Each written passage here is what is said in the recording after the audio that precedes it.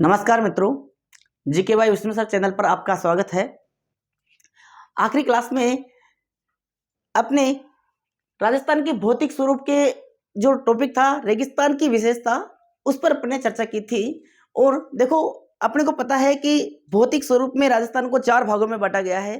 पश्चिमी रेगिस्तान, अरावली पर्वतमाला, पूर्व का मैदान और हाड़ौती का पठार। उसमें से 3-4 क्लासें रेगिस्तान की विशेषताओं से संबंधित है। उसमें रेगिस्तान के सभी क्वेश्चन को हमने शामिल किया है, सभी कंटेंट को हमने लिया है। रेगिस्तान के हर प्रकार के क्वेश्चन जो बन सकते हैं, जो एग्जाम में पूछे गए हैं और पूछे जा सकते हैं, उन सभी की हमने चर्चा कर ली है। अब आज की क्लास में अगला जो सेकंड डिवाइडेशन था अरावली पर्वतमाला, उसके बारे में हम चर्चा करेंगे। अरावली पर्वतमाला एक बहुत महत्वपूर्ण बिंदु है, बहुत महत्वपूर्ण टॉपिक है और यहाँ से भी बहुत सारे क्वेश्चन बनते हैं। अब कौन कौन से फैक्ट हैं जो पूछे गए हैं, पूछे जा सकते हैं, उनके बारे में देखो। अरावली पर्वतमाला, देखो यहाँ से कितने सारे इंपॉर्टेंट फैक्ट बनते हैं। सबसे पहली बात, ये जो अरावली पर्वतमाला है राजस्थान के कितने परसेंट भाग पर फैली हुई है? तो पहली क्लास में हमने देखा था कि अरावली पर्वतमाला राजस्थान के 9% भाग पर फैली हुई है और राजस्थान की 10% जनसंख्या यहाँ पर निवास करती है। अरावली पर्वतमाला को किसका अवशेष माना गया है? तो अरावली पर्वतमाला को गोंडवाना लैंड का अवशेष माना गया है। इन सभी प्रश्नों के बारे में हमने पहली क्लास में चर्चा कर ली थी। अब इसके बाद अरावली पर्वतमाला के और बिंदु कौन से हैं और कौन से क्वेश्चन बनते हैं वो देखो। तो देखो मित्रों, अरावली पर्वतमाला का जो निर्माण है वो कहाँ से हुआ था?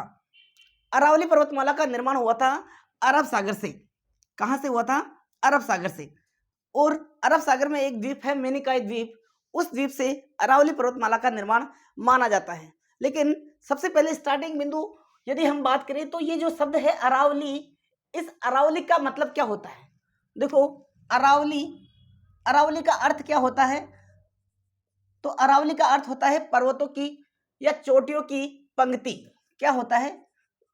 चोटियों की पंक्ति। अरावली का अर्थ क्या होता है? चोटियों की पंक्ति। ठीक, यानी कि अरावली पर्वतमाला में छोटी बड़ी बहुत सारी चोटियां हैं, यही इसका अर्थ होता है।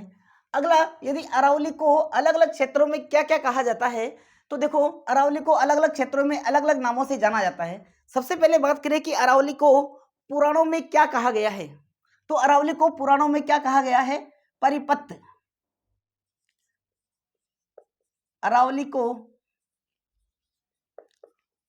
पुराणों में क्या कहा गया है? परिपथ, परिपथ कहा गया है। फिर अरावली को बूंदी में किस नाम से जाना जाता है? तो अरावली की जो पहाड़ियां बूंदी में फैली हुई है उन्हें आडावल कहा जाता है। बूंदी में किस नाम से जाना जाता है? आडावल।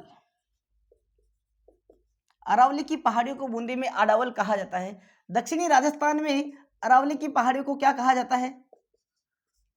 दक्षिणी राजस्थान में अरावली की पहाड़ियों को अडावटा कहा जाता है।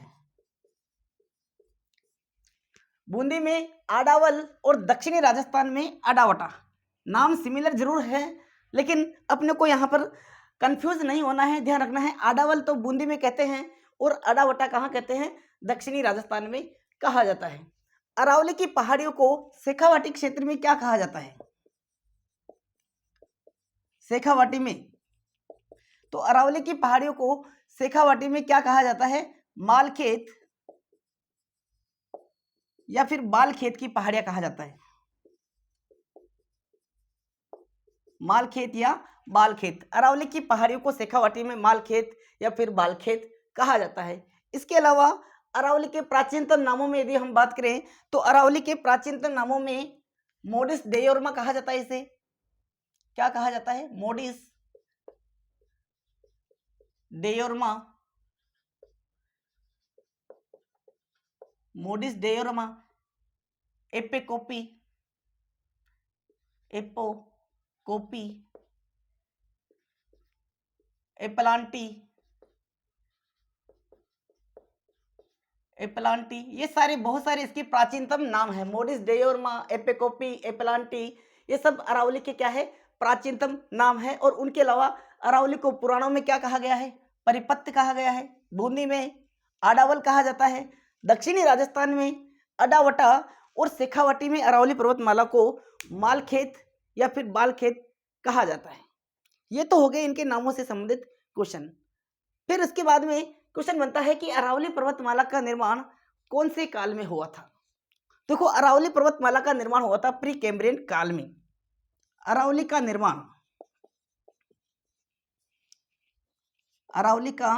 निर्माण अगर निर्माण की बात करें तो कौन से काल में हुआ था, प्री कैम्ब्रियन काल में। अरावली का निर्माण प्री कैम्ब्रियन काल में हुआ था। प्री कैम्ब्रियन काल को और क्या कहा जाता है, तो आद्य महाकल्प। आद्य महाकल्प, इन दोनों में से कुछ भी आपको ऑप्शन में मिल सकता है। आप ध्यान रखना, अरावली पर्वतमाला का निर्माण प्री कैम्ब्रियन काल में हुआ था और आद्य महाकल्प में हुआ था। आद्य महाकल्प युग है, यहाँ पर आद्य महाकल्प युग में हुआ था या फिर प्री कैम्ब्रियन काल में हुआ था। प्री कैम्ब्रियन काल या फिर आद्य महाकल्प में हुआ था। अब देखो, अरावली का निर्माण हो तो गया प्री कैम्ब्रियन काल में या आद्य महाकल्प में, लेकिन हुआ कहाँ से था, तो अभी हमने बात की थी अरब सागर से हुआ था। अरब सागर में मिनिकाई द्वीप है, ठीक है। जैसे ये बात करते हैं कि ये रेगिस्तान राजस्थान है, राजस्थान के यहाँ पर लगभग अरब सागर है, ठीक है। जैसे ये है अरब सागर, ये वाला हिस्सा, ये अरब सागर का क्षेत्र है यहाँ पर,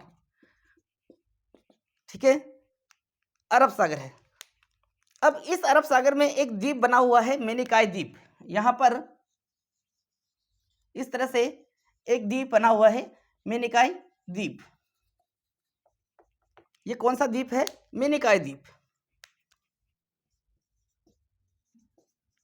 मिनिकाई द्वीप, मिनिकाई द्वीप लक्षद्वीप का हिस्सा माना जाता है, जबकि लक्षद्वीप का हिस्सा ही क्या, लक्षद्वीप का सबसे बड़ा द्वीप है ये मिनिकाई द्वीप। इस मिनिकाई द्वीप से ही अरावली पर्वतमाला का निर्माण हुआ है, इस तरह से।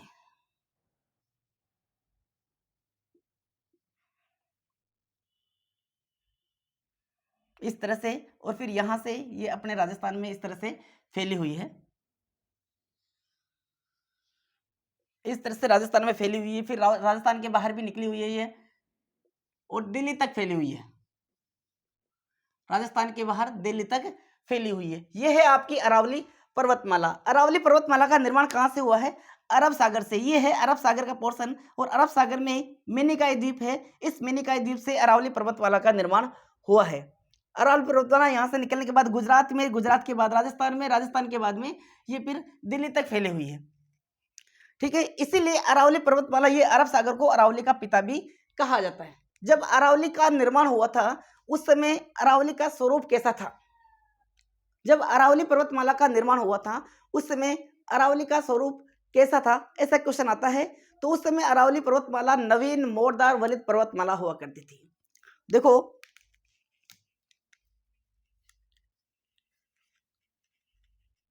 अरावली का निर्माण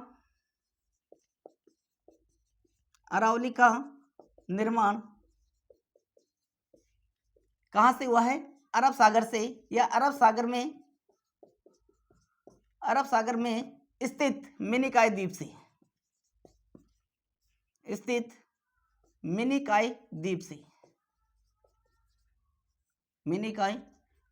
से। अरावली का निर्माण कहां से हुआ है, अरब सागर में स्थित मिनिकाई द्वीप से अरावली का निर्माण हुआ है। स्पेस नहीं है, मिटाना पड़ेगा। यदि स्क्रीनशॉट लेना चाहो तो देख लो, ले लो। हाँ, अब देखो, अरावली का निर्माण हो गया अरब सागर में स्थित मिनिकाई द्वीप से। तो चूंकि अरावली का निर्माण ही अरब सागर से हुआ है, इसीलिए इस अरब सागर को अरावली का पिता भी कहा जाता है। अरब सागर को क्या कहा जाता है, अरावली का पिता कहा जाता है। लिख देता हूं यहां, अरब सागर को अरावली का पिता कहा जाता है, पिता कहा जाता है। ये जो अरावली पर्वतमाला है इसका निर्माण प्री कैम्ब्रियन काल में हुआ था, आद्य महाकल्प में हुआ था। इसलिए अरावली पर्वतमाला विश्व की सबसे प्राचीनतम पर्वतमाला मानी जाती है। कैसी पर्वतमाला है? विश्व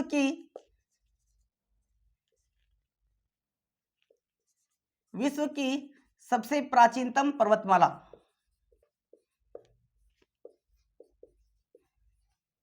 अरावली पर्वतमाला विश्व की सबसे प्राचीनतम पर्वतमाला है। मतलब पूरे वर्ल्ड में जितनी भी पर्वतमालाएं हैं, जितने भी पर्वत हैं, उन सभी में से सबसे प्राचीनतम पर्वतमाला कौन सी है? अरावली पर्वतमाला। एक पर्वतमाला ऐसी है जो अमेरिका में फैली हुई है, अपलेशियन पर्वतमाला, वो इस अरावली पर्वतमाला के समकालीन मानी जाती है। तो कौन सा क्वेश्चन बन सकता है कि कौन सी पर्वतमाला अरावली के समकालीन है? तो अपलेशियन पर्वतमाला, और कहाँ की है? यूएसए की है, अमेरिका की है। अमेरिका की अपलेशियन पर्वतमाला, क्या नाम है? अपलेशियन पर्वतमाला अरावली के समकालीन मानी जाती है। अरावली के समकालीन मानी जाती है। मतलब यूं हुआ कि ये अपलेशियन पर्वतमाला भी अरावली के समकालीन है, लेकिन अरावली से प्राचीन नहीं है। कौन सी पर्वतमाला है? अपलेशियन पर्वतमाला। और कहाँ की है ये? अमेरिका की पर्वतमाला है। तो विश्व की सबसे प्राचीनतम पर्वतमाला कौन सी हुई? अरावली पर्वतमाला। और कौन सी पर्वतमाला इसके समकालीन है? तो अपलेशियन पर्वतमाला है। कहाँ की है? अमेरिका की है, जो इसके समकालीन मानी जाती है।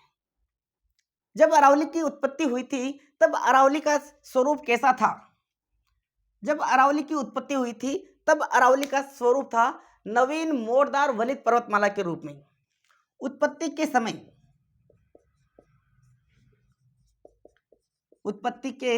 समय अरावली का स्वरूप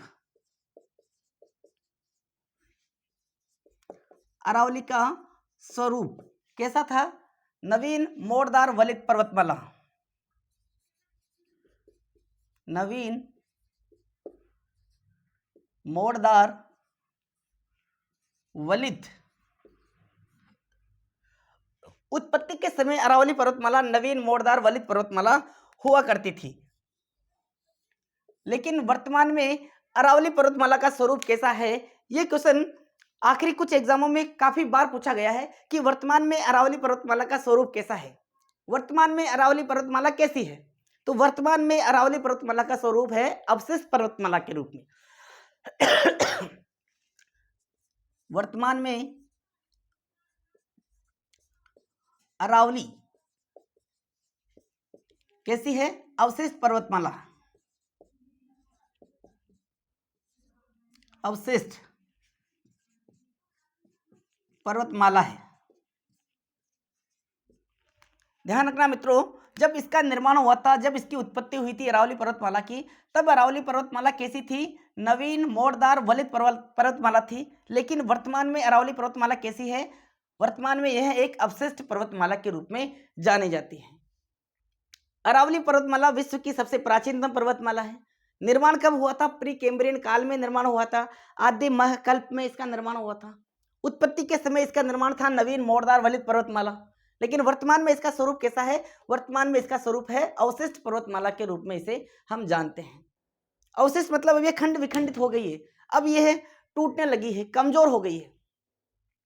और आपको पता है अरावली पर्वतमाला अजमेर के पास से बहुत ज्यादा अधिक टूटने लगी है, यहाँ से अधिक टूटती है, ठीक है। और इसीलिए अरावली पर्वतमाला जहां से टूट रही है वहीं से रेगिस्तान आगे बढ़ रहा है। तो इसलिए अरावली पर्वतमाला का वर्तमान में स्वरूप कैसा है? अवशिष्ट पर्वतमाला के रूप में अरावली पर्वतमाला को हम जानते हैं। स्क्रीनशॉट ले लो। आगे देखो, नेक्स्ट क्वेश्चन बनता है कि इस अरावली पर्वतमाला का जो विस्तार है वो कहां से कहां की ओर हो रहा है? अरावली पर्वतमाला कौन सी चट्टानों से निर्मित है? काफी सारी बातें, काफी सारी क्वेश्चन यहां से बनते हैं। तो देखो, अरावली पर्वतमाला का जो निर्माण है वो कौन सी चट्टानों से हुआ है? तो ग्रेनाइट, नेस व शिस्ट चट्टानों से इसका निर्माण हुआ है। निर्माण कौन सी चट्टानों से हुआ है? ग्रेनाइट नीस व शिष्ट चट्टानों से अरावली का निर्माण हुआ है।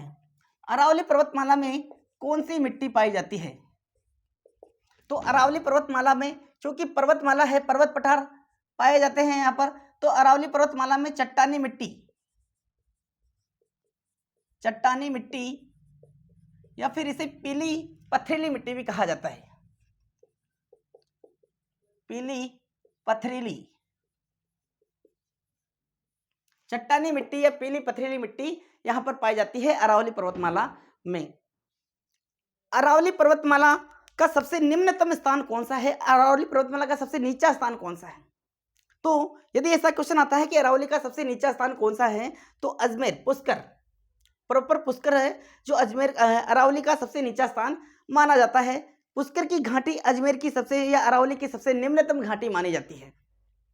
देखो अरावली का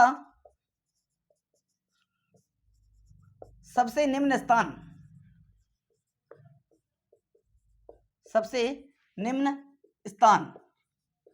अरावली का सबसे निम्न स्थान कौन सा है? पुष्कर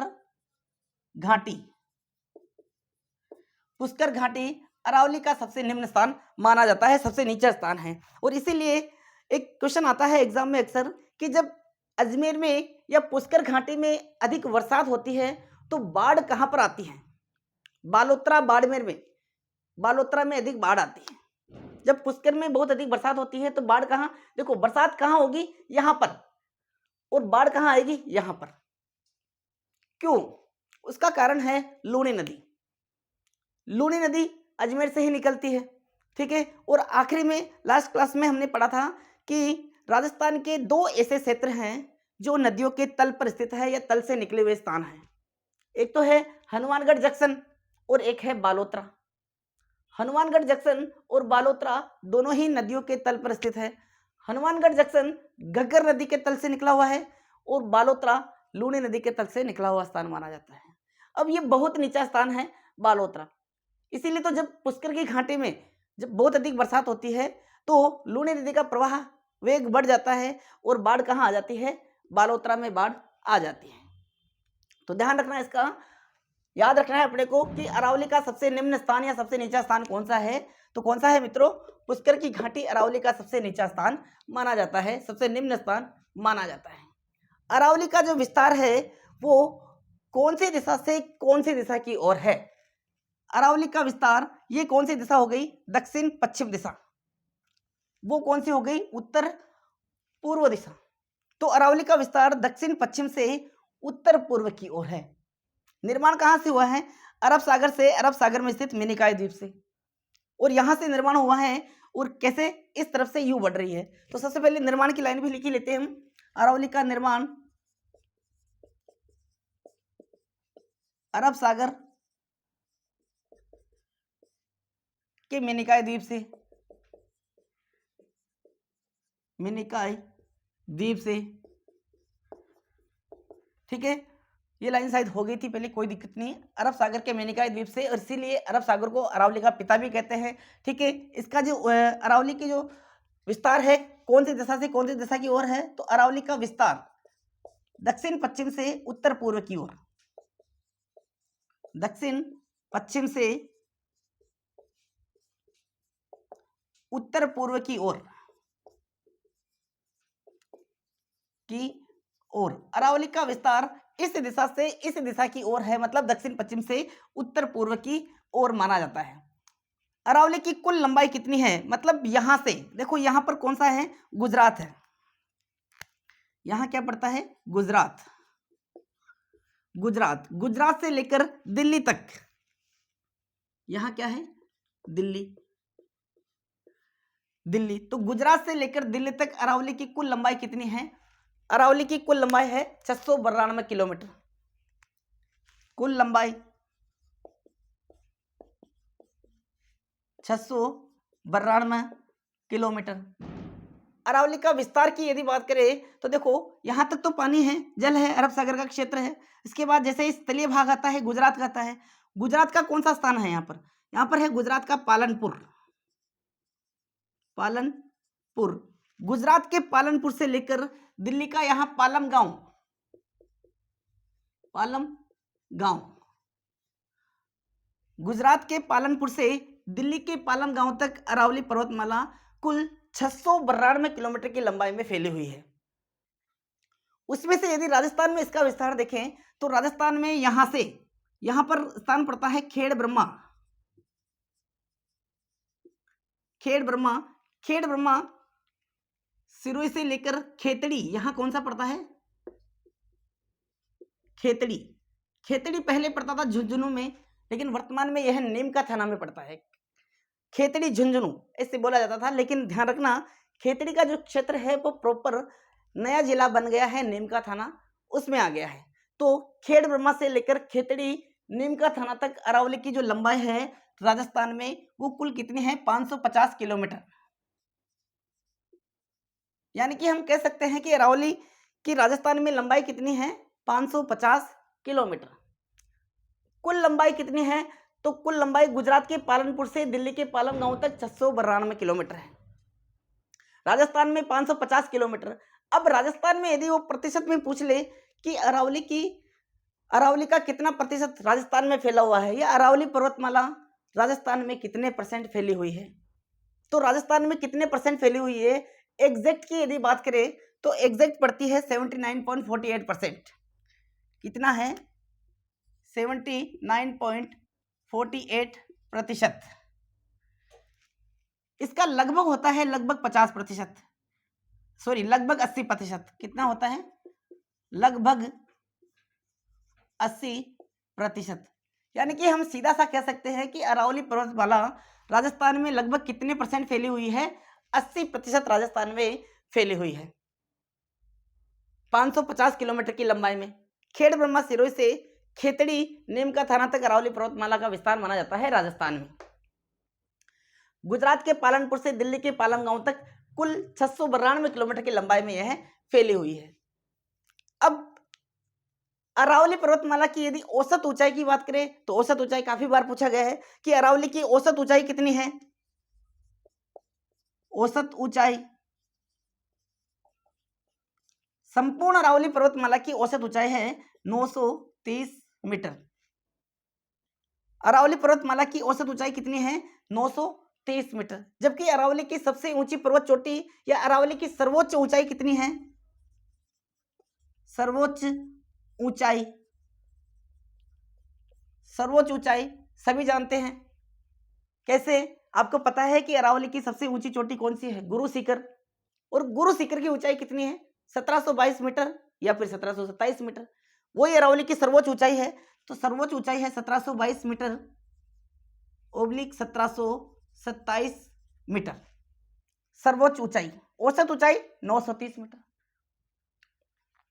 अब देखो, ये तो हो गया अरावली से संबंधित कुछ आंकड़े। अपने को यहां से ध्यान रखना है अरावली पर्वतमाला का विस्तार राजस्थान में कहां से कहां तक है। ऐसा क्वेश्चन आ गया तो खेड़ ब्रह्मा सिरोही से खेतड़ी नीमका थाना तक राजस्थान में विस्तार है कुल कितने किलोमीटर में? तो 550 किलोमीटर की लंबाई में यह राजस्थान में फैली हुई है लगभग 80%। राजस्थान में अरावली पर्वतमाला लगभग 80% फैली हुई है। अरावली पर्वतमाला कि ये दिशा से इस दिशा की ओर जाने पर इसकी ऊंचाई और चौड़ाई घटती जाती है। तो क्वेश्चन आता है कि कौन सी दिशा से कौन सी दिशा की ओर जाने पर अरावली पर्वतमाला की ऊंचाई और लंबाई घटती जाती है? कौन सी दिशा से कौन सी दिशा की ओर जाने पर? दक्षिण पश्चिम से उत्तर पूर्व की ओर जाने पर अरावली की ऊंचाई भी घटती जाती है और चौड़ाई भी घटती जाती है। यानी कि यहां से लेकर यहां तक तो ये मान लो कि अरावली पर्वतमाला यहां बहुत सक्रिय हो जाती है। ठीक है, तो यदि क्वेश्चन आ गया कि कौन सी दिशा से कौन सी दिशा की ओर जाने पर अरावली की ऊंचाई और चौड़ाई घटती जाती है, तो दक्षिण पश्चिम से उत्तर पूर्व की ओर जाने पर अरावली की ऊंचाई भी और चौड़ाई भी घटती जाती है, कम होती जाती है। फिर अगला क्वेश्चन यहां से क्या बनता है? अगला क्वेश्चन बनता है बहुत अच्छा कि अरावली का सर्वाधिक विस्तार कौन से जिले में है? और सर्वाधिक विस्तार यदि पूछा जाता है तो सबसे कम विस्तार भी पूछ सकते हैं। अरावली का न्यूनतम विस्तार कौन से जिले में है? सर्वाधिक विस्तार की बात कर लेते हैं। यहां पर एक जिला पड़ता है आपका उदयपुर। यहां पर एक जिला पड़ता है आपका अजमेर। अरावली का सर्वाधिक विस्तार कहाँ है? तो सर्वाधिक विस्तार है उदयपुर में। और अरावली का सबसे कम विस्तार यानी कि न्यूनतम विस्तार कहाँ है? तो न्यूनतम विस्तार है अजमेर में। अरावली का सर्वाधिक विस्तार कहाँ है? उदयपुर में है। न्यूनतम विस्तार कहाँ है? तो न्यूनतम विस्तार कहाँ है? अजमेर में। ये जो अरावली है, आपको पता है अरावली की ये वाली जो स्थिति है, दक्षिण पश्चिम से उत्तर पूर्व की ओर फैली हुई है, ये स्थिति मानसून को प्रभावित करती है। और जब मानसून दक्षिणी पश्चिमी पवने यहाँ से प्रवेश करती है राजस्थान में, तो इसी के समानांतर आगे बढ़ जाती है। इसीलिए इस अरावली पर्वतमाला को भारत की महान जल विभाजक रेखा भी कहा जाता है। देखो, अरावली पर्वतमाला को क्या कहा जाता है? भारत की महान जल विभाजक रेखा।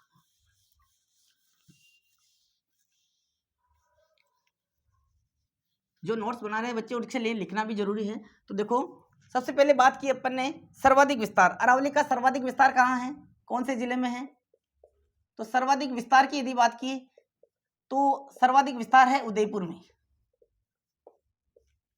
न्यूनतम विस्तार कहाँ है? अरावली का न्यूनतम विस्तार कौन से जिले में है? अजमेर में। अजमेर।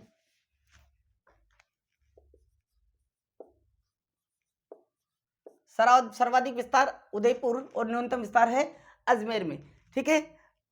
कौन सी दिशा से कौन सी दिशा की ओर जाने पर अरावली की ऊंचाई और चौड़ाई घटती जाती है? तो दक्षिण पश्चिम से उत्तर पूर्व की ओर जाने पर अरावली की ऊंचाई चौड़ाई घटती जाती है।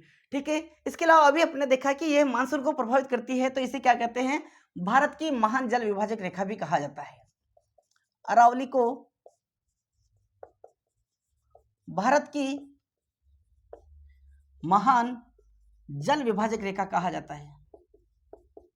जल विभाजक रेखा कहते हैं। जल विभाजक कहते हैं। क्यों कहते हैं? क्योंकि मानसून को प्रभावित करती है। इसी के समानांतर मानसून आगे निकल जाता है। यदि अरावली की स्थिति यूं होती, अरावली यूं होती, तो दक्षिण पश्चिम से जब मानसूनी पवनें जाती तो राजस्थान में बहुत सारी वर्षा कर देती, क्योंकि मानसूनी पवनों की जब तक कोई अवरोधक नहीं आता है सामने, तब तक वो बरसात नहीं करती है। और ये तो अवरोधक बनते ही नहीं है, ऐसी कैसी पवनें निकल जाती है। इसीलिए अब एक क्वेश्चन है जो हम सब जानते हैं कि अरावली की सबसे ऊंची पर्वत चोटी कौन सी है? कौन सी है? गुरु सीकर।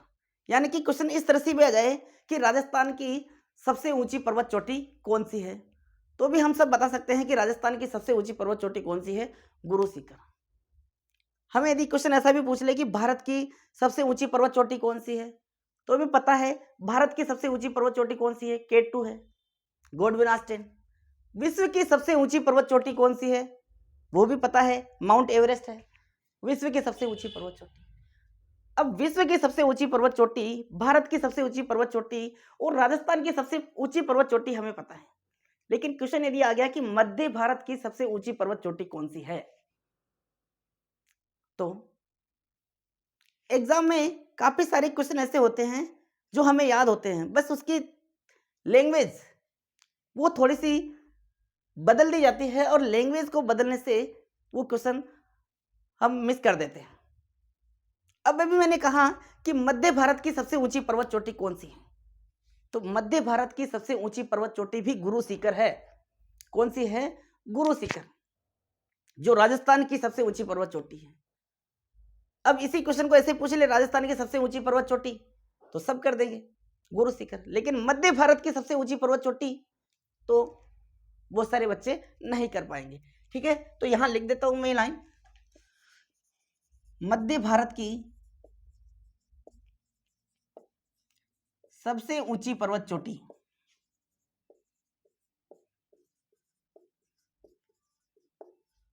मध्य भारत की सबसे ऊंची पर्वत चोटी कौन सी है? गुरु शिखर। गुरु शिखर।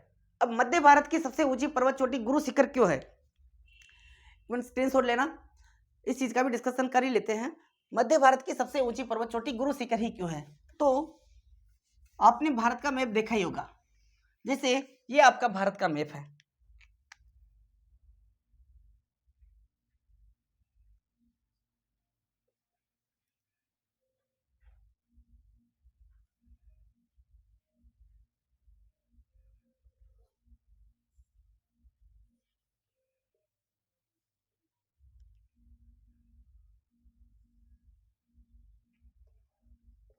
ये भारत का मैप है।